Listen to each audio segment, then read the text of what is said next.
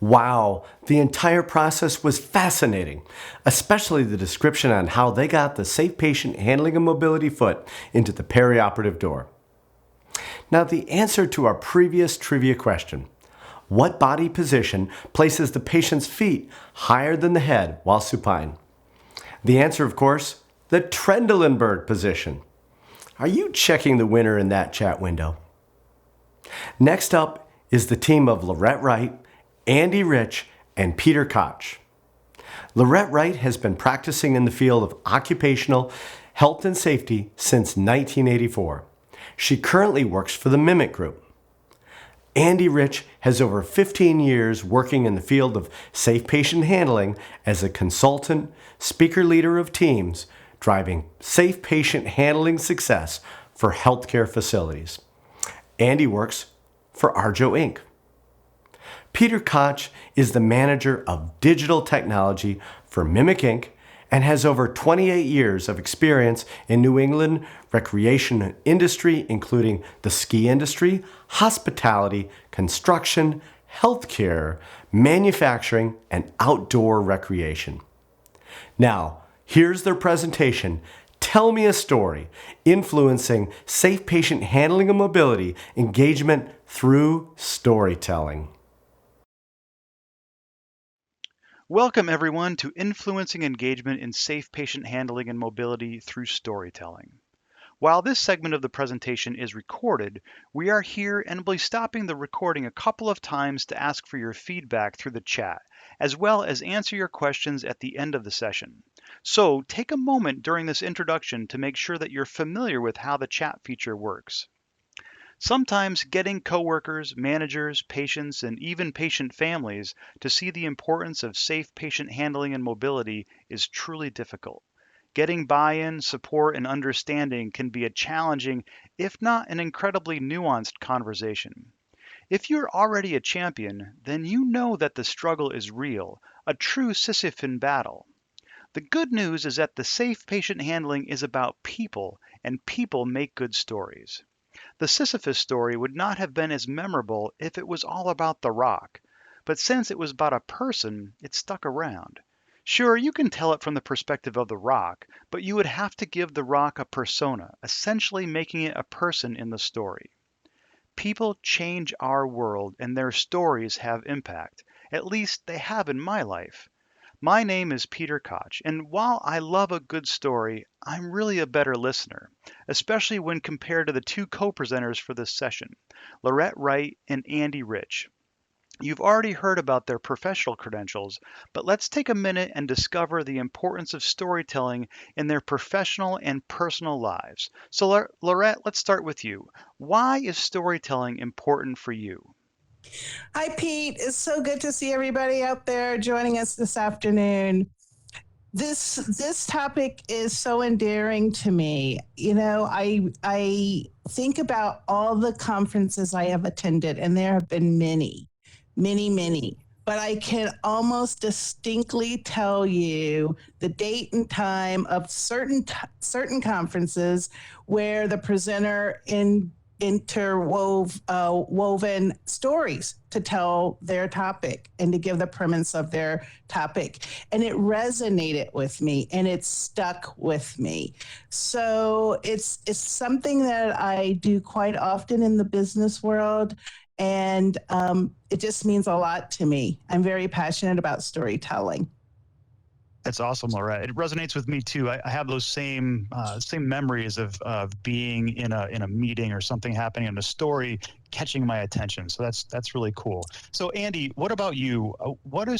How do stories make your world move, and why are they important to you? Well, we're growing up from the East Coast of New York as a Jewish lad.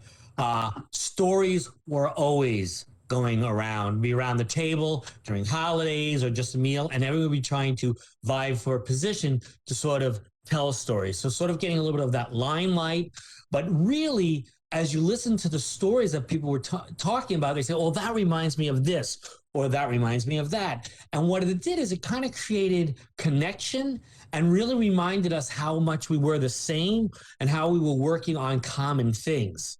And I think that's what's so important, especially when we look at business. You can get so focused on metric, on a goal, you lose sense of what this is all about, who we are and why we're doing these things. And I think with really good storytelling, you can really accelerate, create great teamwork, and really just sort of project whatever it is that you're trying to do. Yeah, that's great. It resonates with me too. Again, I didn't grow up as a Jewish kid in New York, but growing up, my dad always told stories, and it was fascinating just to listen to him tell something, and it would just go. And then at the end, you wouldn't wonder where he started, but you got where he was going, and it was pretty cool. It made all the difference.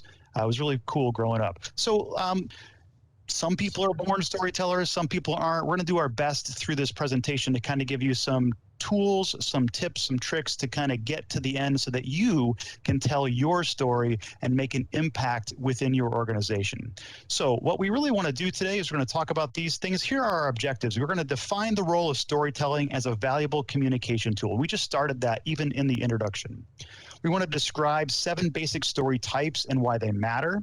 We're going to identify key elements within a story, and then we're going to utilize storytelling to engage people around safe patient handling and movement. Those are our objectives today. So to get to those objectives, we really have a lot to get to today. So Andy, I want you to take us through and kind of give us the lay of the land and talk us through the topics of discussion. Sure. As we look at the landscape of what's going to happen today, we're going to, and again, just as Pete said, we started to talk a little bit about why, but why use storytelling? Why is it such a great technique to utilize? Then we're going to go into what is organizational storytelling? How does it really serve a business and what goes into that? Then, as we heard from the objectives, getting into the different type of story types and how do you use them to sort of promote what you're trying to make your message? Break down those stories into the structure so you can start figuring out what it is and how I can use a story to really make the point even louder. And then what's the method to share your stories and how do you get the return on what you're looking to do? And then maybe at the end, give you a little bit of things to think about, and if you will call it homework. That's great, because you can't tell a story unless you actually do a little homework first to kind of get it all right. And as we're going to take this through, I want you to follow the theme through of maybe making, baking something or making a creation. So you need certain elements to make this whole thing work. So why don't we start with Laurette? Why don't we talk about what is organizational storytelling and why it's important? Well, as a nurse and quote unquote a scientist, as many of you are out there sitting in and listening, I was groomed to believe, and it was ingrained in me, that if you cannot measure it, then it doesn't exist. And so therefore I have relied often on the numbers, the metrics, the graphics. But, in organizational storytelling, those organizations are deviating from that concept, replacing those numbers with stories without having to use objective data and still connecting with their people through that act of being human. It's the humanist nature that it gets out, gets to the people. And, as I was thinking about my introduction with you all, the other thing that resonated with me about all of those conferences that did have a story, I left there fired up. I left there wanting to take action on whatever it was I heard about.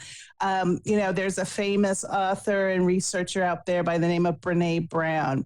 And I have been reading some of her materials, but in something I picked up recently from her, I loved how she described stories. And she describes it as stories are data with a soul. So that's the transitioning we're saying now at organizations.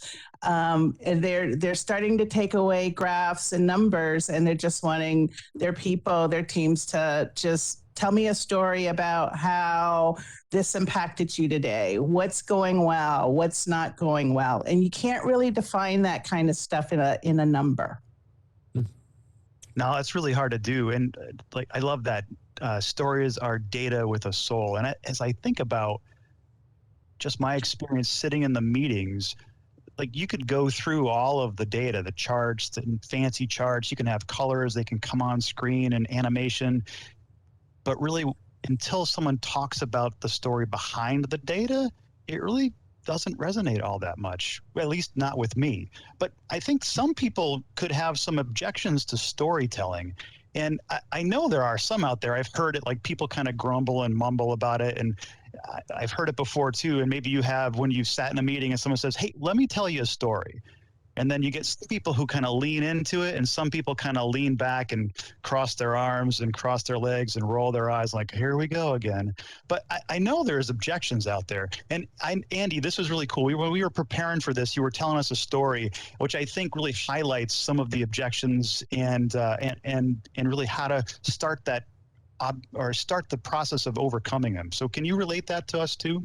Certainly. So the story about objections really is, so first let me qualify it that this is a story about the most wonderful woman in the world, my wife.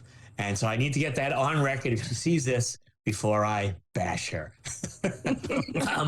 So we were working on this presentation storytelling, and my wife came in, wanted to see what we was doing. She was interested, she kind of stuck her beak into it. And then she started asking, and I started talking to her about storytelling, and she immediately started to roll her eyes. And as I inquired, she again went into boring. I hate when that happens in a meeting. It drags the meeting on. There's no point to it. Just cut to the chase so I can get out and do what I need to do. And I recognize what she was saying, and there's a lot of truth to that when it's not done correctly. But what I reminded her is, and she happens to be a speech pathologist, and I'm an occupational therapist, Lorette's a nurse, but clinicians, we're storytellers to begin with. Because we use that to tell stories to help in the learning. And as you start to explore that, you start to realize, yes, we kind of do use stories, but again, how do you set it up so you can see that there's value to it? And again, making sure 3 important things happen in your storytelling, that there's a beginning, a middle, and an end. And often what happens in the situation she's been into is the story never ends. People get started and they start to repeat it or never get to the end, or they get to the point and it's not really identified and it just sort of peters out and no one really knows what was done. So I think that happens sometimes. Could you talk through some of the common objections and where we might get some feedback? We've got some on the screen, and I think we've talked about these as being some of the more common ones that are out there. We've even heard a couple of them in the chat before, but kind of break these down for us. Where do they come from, and what do we do with them?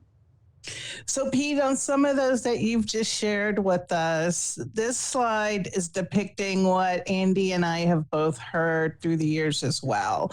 Many of the audience nailed a lot of these. Some of the audience gave us some things we hadn't heard before, which was really cool. But, that whole issue that no one else uses them, that's so outdated. Stories have been around for millennium. And so people do use them, organizations are using them. So I would challenge the team to say this is more false than true based on my own experiences. The whole thing about stories are fluffy, I think some of that goes back to what Andy was saying. His wife is filling out a little bit, and you know what? They can be a little fluffy, but the way to avoid that is to make sure you're being pragmatic and the information and delivery in your story is practical. I think that's the biggest thing, and it takes you away from the fluff. Stories will never replace facts. Absolutely true. In some situations, this reminds me of if I'm going to be working with a pilot, right, who has to learn the ins and outs of equipment, that's probably not the best time to tell a story. I need to be very much more technical at that. The word story turns people off. Again, I think Andy's wife, Megan, in her authenticity, pretty much said, I don't really like storytelling, but to Andy's point, we don't get to the end. So also in this area, audience. We always say left brain, right brain, right? But when we talk to engineers, maybe we don't say to them in a presentation, I'm going to tell you a story now. Maybe we alter the word from the use of story to maybe the word narrative, because to an engineer, the word narrative is probably feels a little bit more like logic than storytelling or stories. What I also would say about that is, as you're using a story to help your data, let people know that. And so you've just thrown up a series of numbers to say, I want to just give you an anecdote that really shows what's happening pragmatically, why we've seen this increase, decrease, so on and so forth. Yeah, those are great points. Stories really do help to highlight things, and they have power. And let's talk about some of the complexities in how stories can move someone around. Well, let's take something really current today. Let's talk about COVID. So there's a lot of talk about COVID. There's a lot of talk about vaccines. There's a lot of information out there. And some people, when they start hearing the data, they shut right down, and they're not moving. They're not going anywhere.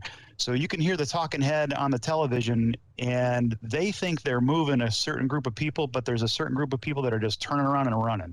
So, Laura, why don't can you talk to us about how stories have power, and give us an example maybe of how a story can be used to help someone understand a particular challenge? Well, we absolutely have been inundated with quote unquote numbers and graphs and statistics about COVID. Very early on, it's dying down a little bit from the numbers, but it's still there. And what it never really did was put a face to it. Right. So a lot of us didn't really know how to react. And then came the discussions around vaccines. Right. And then again, to some of us culturally, that's like saying the big bad wolf is coming for you. And so you want to go run and take shelter. So having said all of that, one day, as I'm contemplating the value of vaccines and have my own trepidations, a good friend of mine sent me a story or a video of a woman telling a story. And it happened to be a Black physician from Grady, whose intent was to come across and describe COVID in what she may say as urban speak, so that people of color could understand it more and not be washed away by big terms, big medical terms. So I decided to listen to it, and it was really quick, about 10, 15 minutes. But at the end of the day, she takes COVID, the virus, and the vaccine, and uses the descriptor as if you were building a house. And she talks about the virus, that is not a DNA.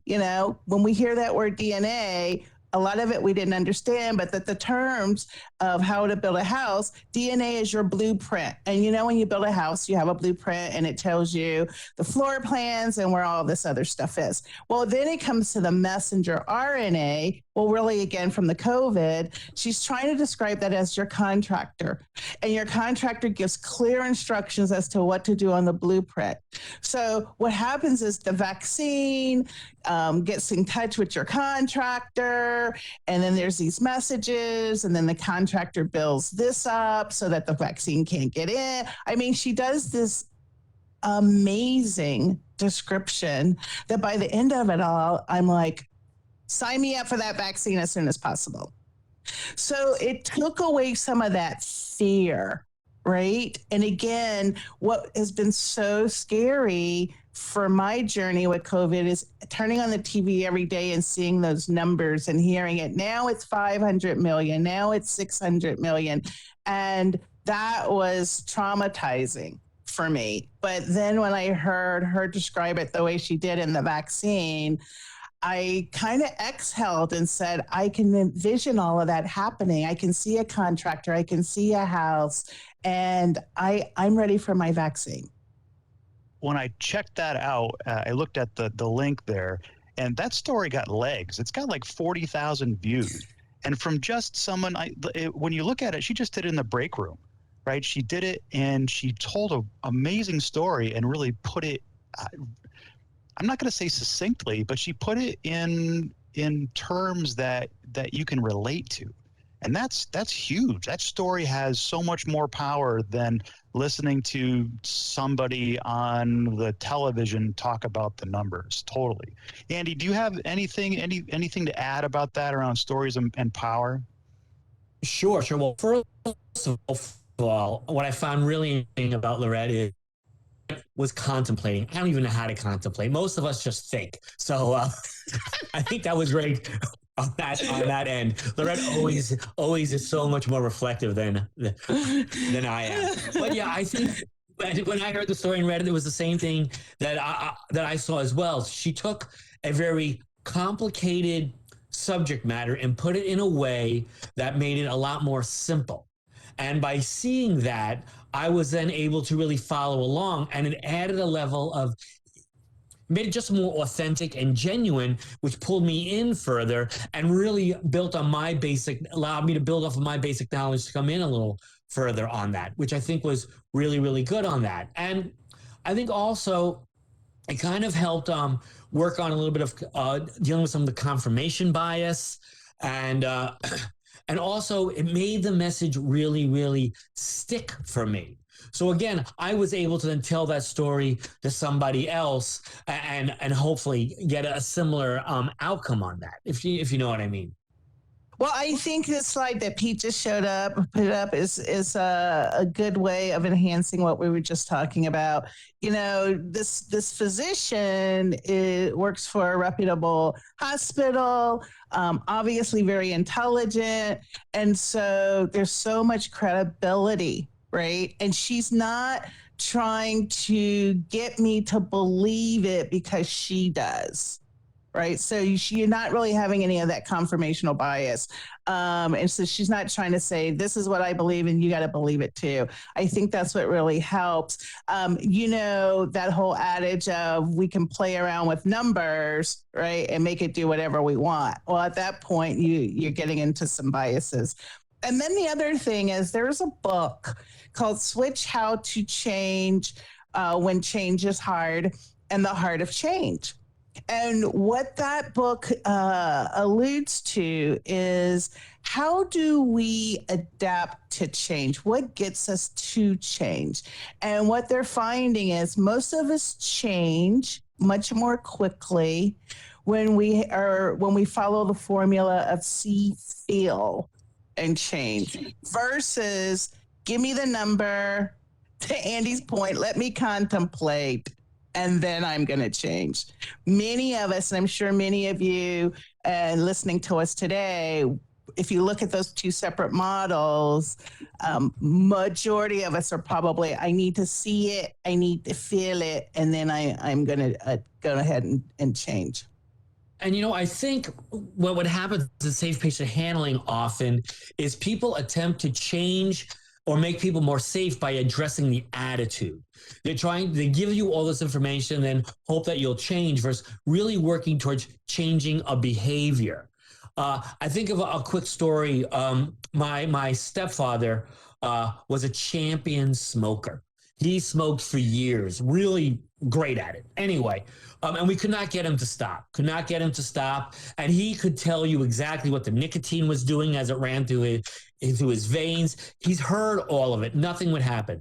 And then I sat down with him and I said, Marty, I want you to imagine your grandson, Ian. Let's pretend he's 18 at high school. And he's up there, he's graduated, he's the leader of his class. And he starts off his speech and he says, I want to thank someone who was so influential in my life, but unfortunately he's not here anymore, my grandfather. And when Marty heard that, he was able to internalize it, and that gave him the impotence to change. So it was through his changing his behavior, we saw the attitude change. And I think that's where we sometimes get hung up in safe patient handling, is we're so focused on changing attitude that we leave out that important part of behavior, which I think the story helps people to do when we talk about that COVID story. Yeah. And Andy, I think is again going back to what you said earlier, what's behind the number? There's something there, right? So if I say we've had 20 falls in the hospital from patients falling versus hey, by the way, when I used that lift on Miss Jones and her family was there, they couldn't believe she was standing up and she's crying. Like, which one of those again am I going to remember? The number 20 or the family is crying and they couldn't believe that reaction? Absolutely. Talk about people can the price raising of insulin. People will hear it, but then all of a sudden you show somebody's grandmother who can no longer afford her life-saving medicine, it has a different impact. Yep, I'm with you. So stories matter. We found that stories have power, but stories don't always move you. And Andy, I don't know, have you ever been in a meeting before where the only common element in the story is squirrel just running all over the place? Have you ever been there? Yes. Countless times. It does happen where you just have to read the room and people are starting to roll their eyes at it. Yeah, so I think you're absolutely. It's important to remember what is the point and what is the goal of my story. Yes. Yeah, that's a great lead in. And I think when we're going to get there, we need to have a goal for the story. So before we start really telling the story, we need to know what the goal is. So let's talk it through. Let's figure out what the goal is, and let's talk about some of the different types of goals that our stories can have. Absolutely. So again, as you can see on the slide, there are a variety of different goals of it. So the big one, defining who you are and branding. That's getting often to link into with your mission and who you are. And so you can, again, connect with your audience. In this case, those you might want to hire and those you might want to serve, in this case, maybe as patients. Again, to inspire to take action. We have an issue with falls. We want to do something about it. Stories can really propel that. Again, just getting people to innovate and to listen and to, again, to unite around a point. And then really, really important, demonstrating value. Again, in this case, in healthcare, it's a very, very competitive environment. If we're trying to get patients or people to work for us, why do you need to come to us? Or in terms of our own programming, why, in this case, safe patient handling, is that important to an imaging tech? Or why should a CFO need to understand that? Again, we want to be able to show and demonstrate that value. And again, we're humans. We connect through stories. It goes way back to when we were cavemen sitting around a fire, but we want to be able to connect, understand what makes each other tick, respect different views, and then what can we do to, again, move together on a unified goal. I mean, what do you think, Lorette?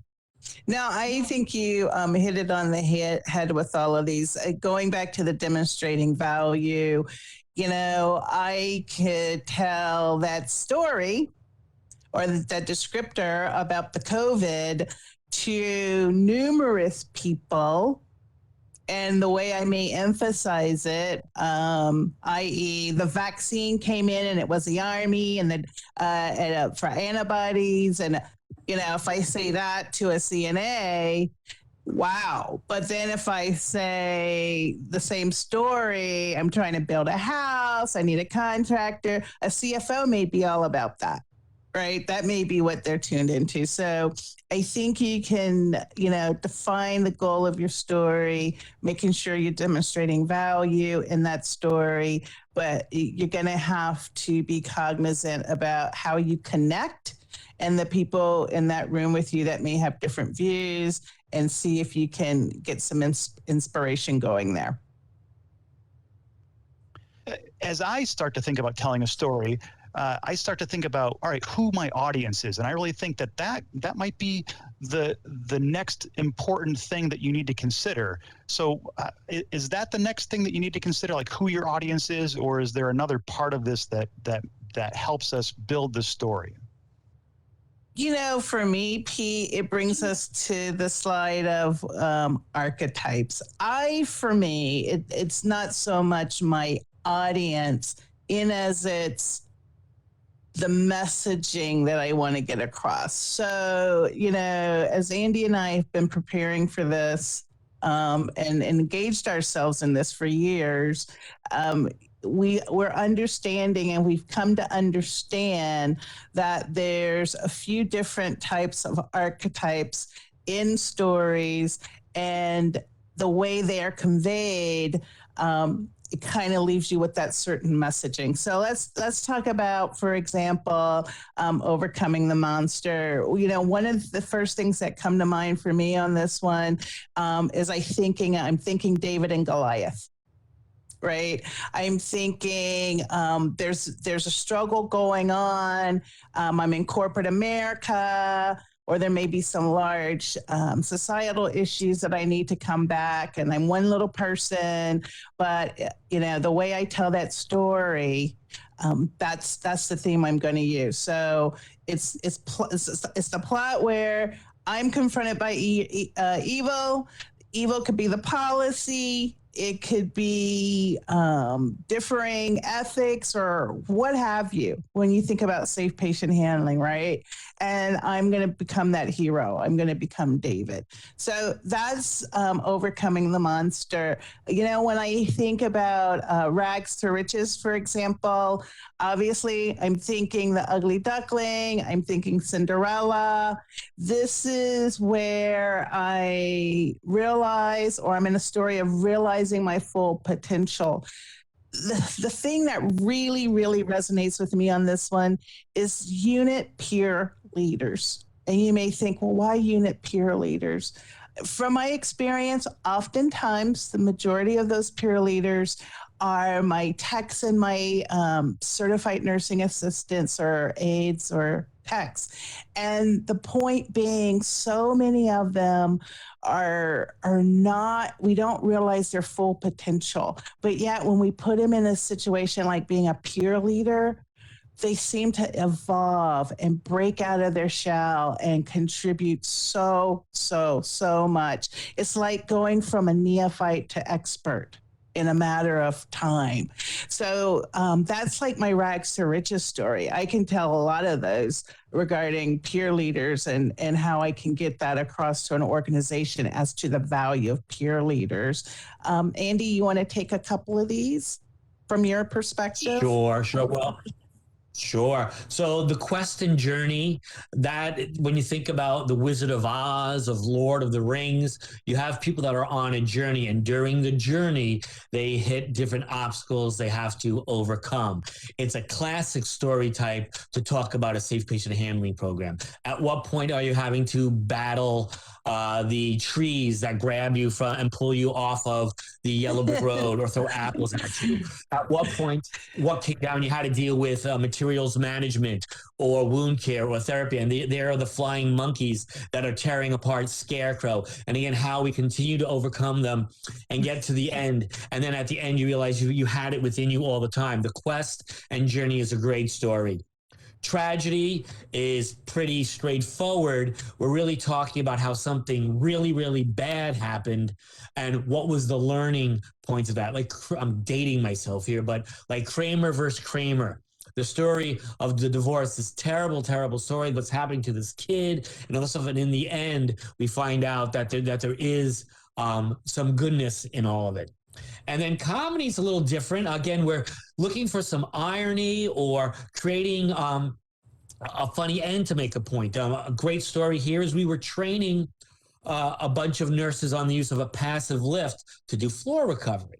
And so everybody's working with the devices, getting people up. And I had a nurse getting ready to do it. And she was an older nurse, probably 60, 70 years old. And she said she was not a small woman. She said she was not going to get on her knees to get the person in the sling because she wouldn't be able to get up.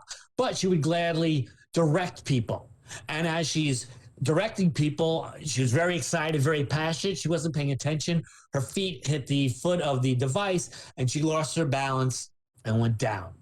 So it was really, really bad. She was trying to get up, and then everybody around her, all the other nurses told her, they said, Mary or whatever her name is, don't get up, stay where you are.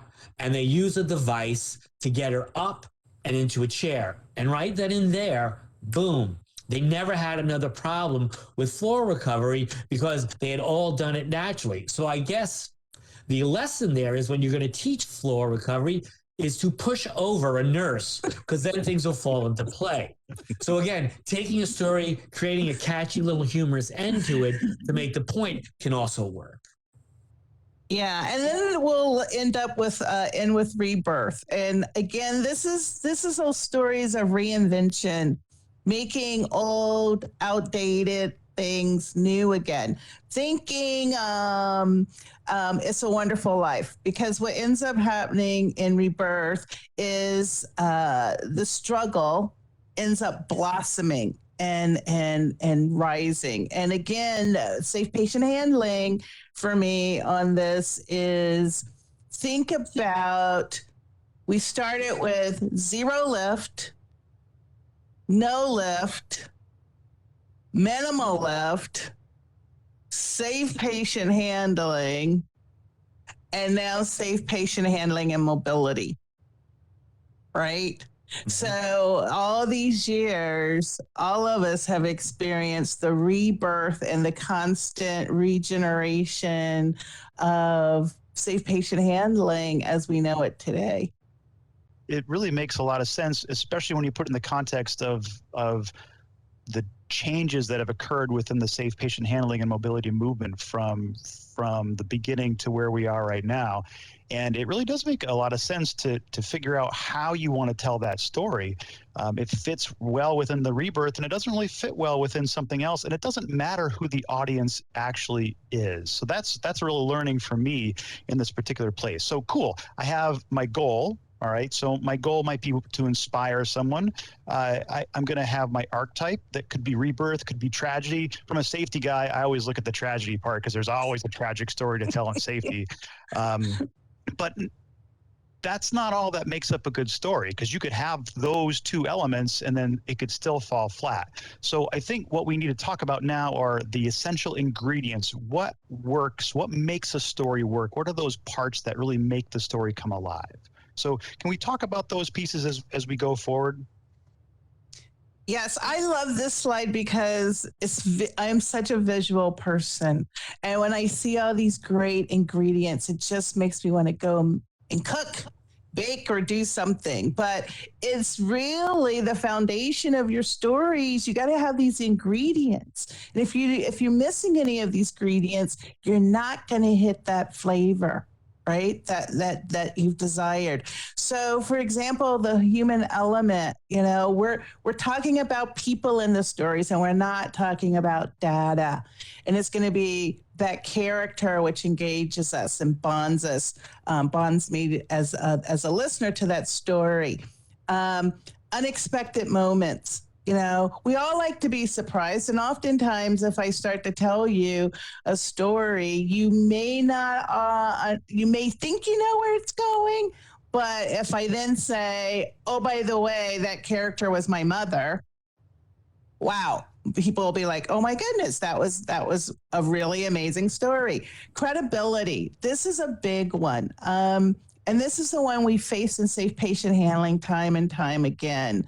Or if a judge came in front of us and said, okay, I need you to use patient handling equipment because I'm a judge and I say you have to.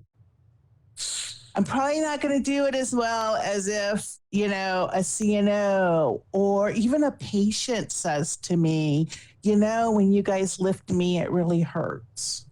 Right? There's a lot of credibility there. Andy, you want to hit on a couple of these other great ingredients? Sure, absolutely. It's all about being the emerald of a storyteller. When the story needs the story needs to resonate. Bam. So resonating is really going to get back to the connection.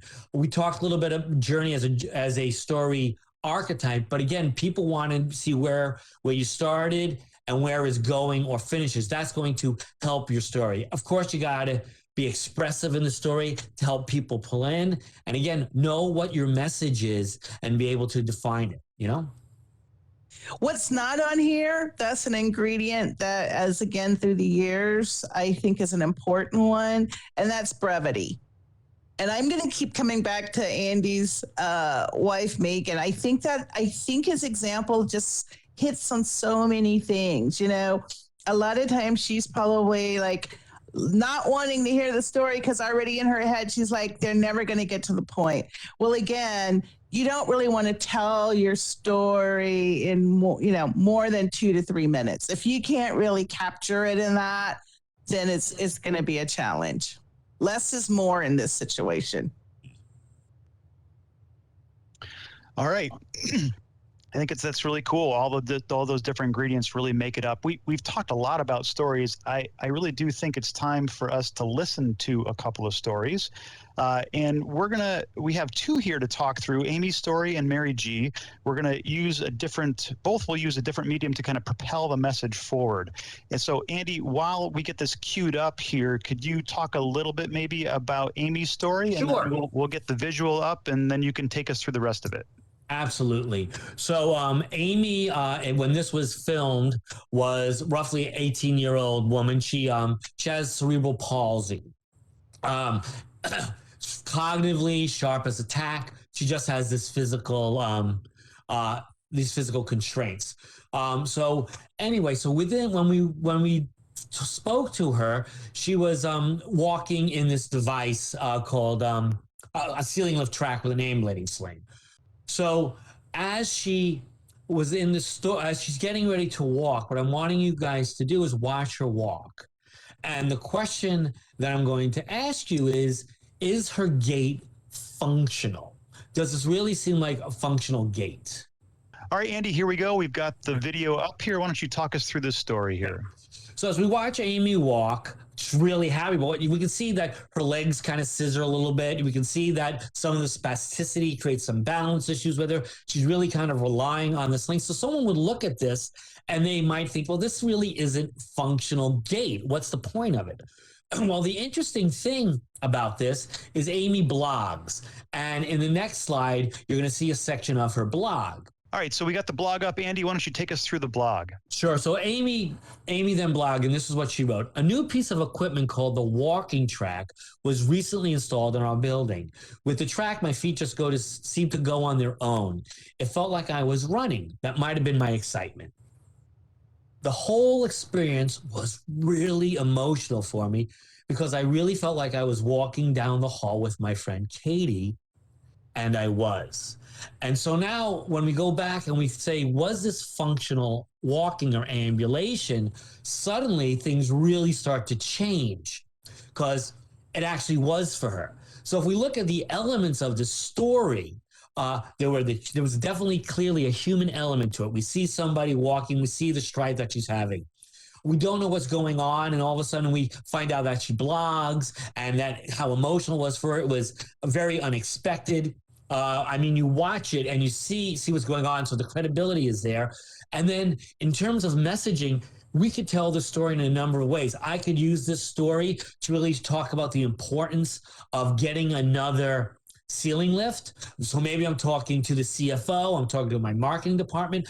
I could use this story just to show her therapist how far Amy has gone. I could just show it how this is a mission moment and how this organization really, really is serving the community. So again, a simple story can be used in so many different ways. And we just want to make sure that we're hitting these different areas to make sure that it really grabs and you have a good, juicy, tasty little story.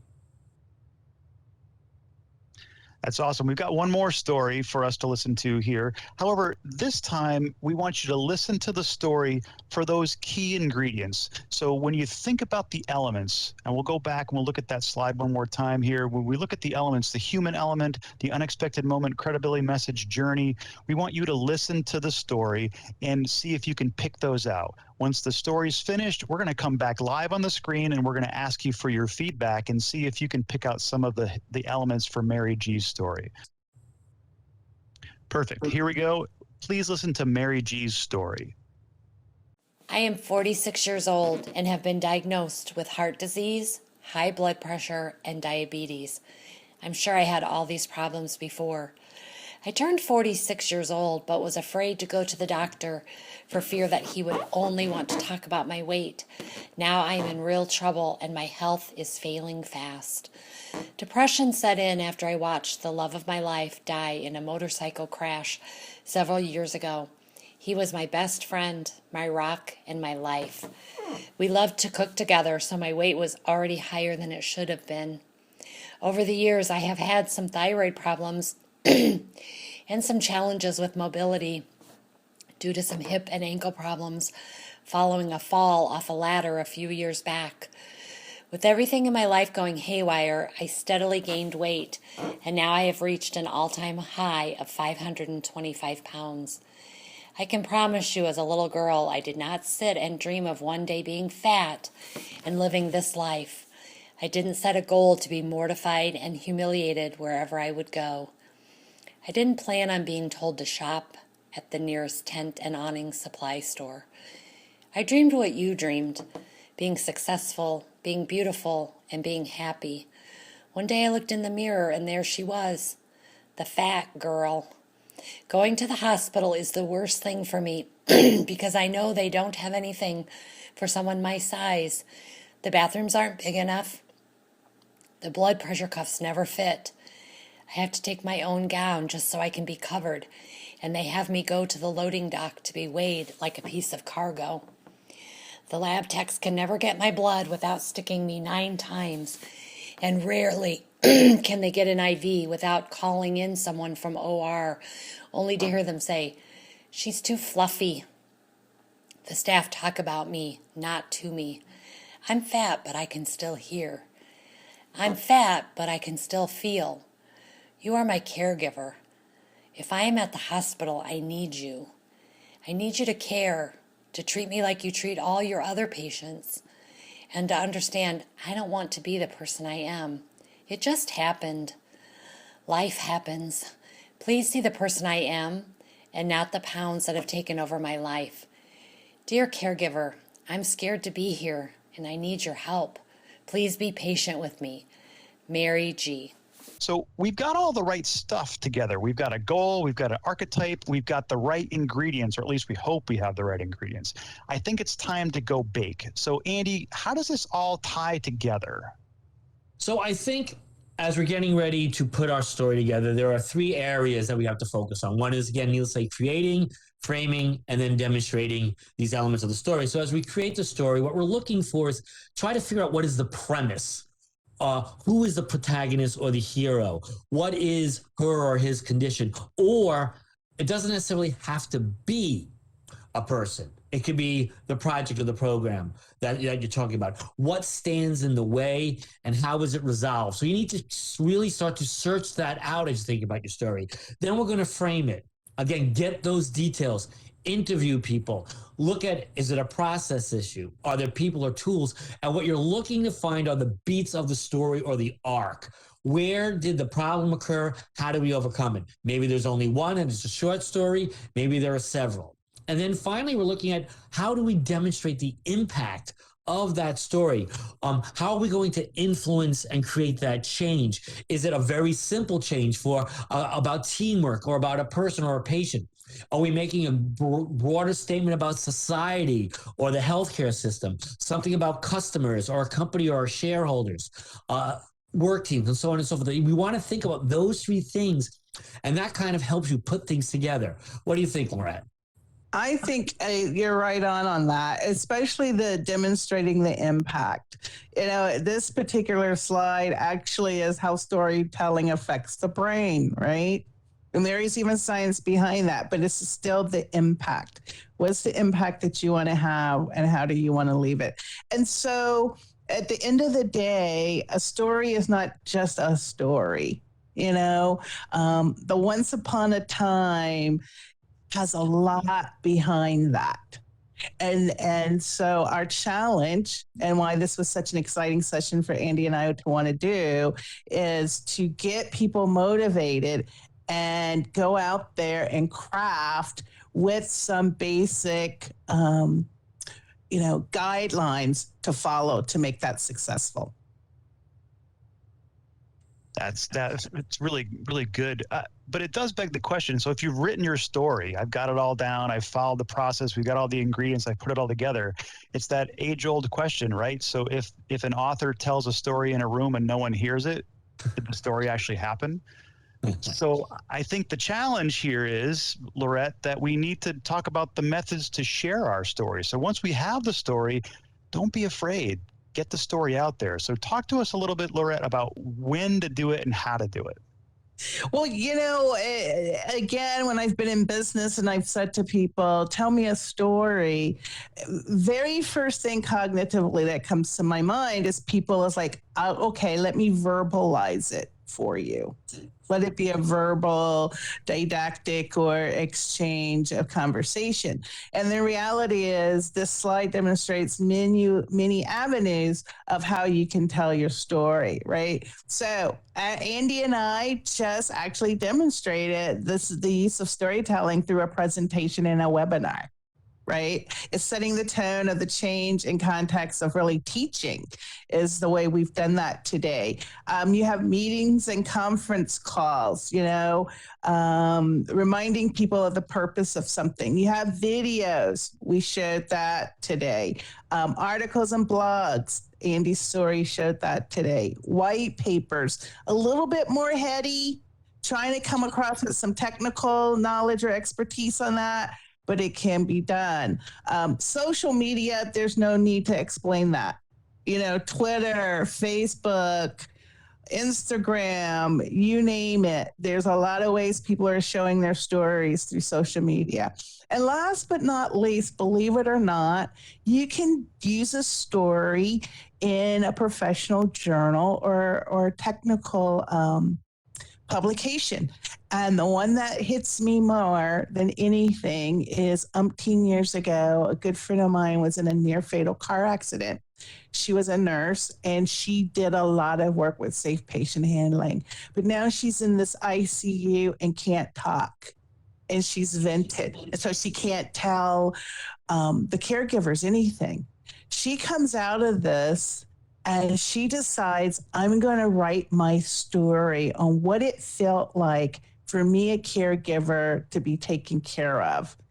And I have to say to you, it was published in an AAOHN journal way back, I believe. But I will have to say to you, some of that story wasn't good to hear in terms of how caregivers went about their way of using safe patient handling equipment without including important things like telling her what they were going to do, use of cues, those kind of things. So again, really the slide is think outside the box, get innovative on how you want to tell those stories. And I think also keep in mind, it doesn't have to be your story. I hear people saying, I don't have a story. So beg, borrow, and steal. You like Right. that Mary story you heard? Use it. People really just want information longs to be free, and stories have a life of their own. So, if you want to borrow someone's story, you might want to tell them, but still, you don't have to come up with it on your own. Find it and use it. Yeah, those are fantastic. And I guess that's the call to action at the end of this, right? So tell your story. I mean, that's the whole idea about this. So take all this information, put it together, massage it, mix it up, bake it, and tell it, right? That's Right. what You we can want. find time at the end of a meeting or set up a time during meetings, beginning, middle, end, to tell stories, possibly get them posted. But it's just like any other muscle. You have to practice, and all of a sudden the stories will start to have a life of their own. And all of a sudden things will change because people hear that story. It will travel. Suddenly marketing is talking about it, things like that. And it really gets legs.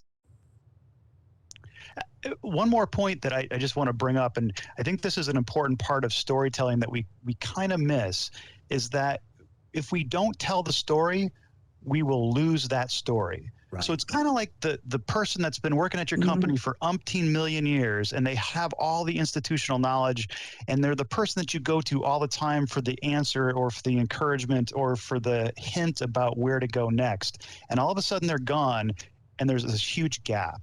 Well, we can tell that story. Like, we can tell that person's story, but we have to tell it. If we don't tell it, we're going to lose it. And that's a tragedy, truly. So let's wrap this up. Andy, let us take us home with this, please. Sure.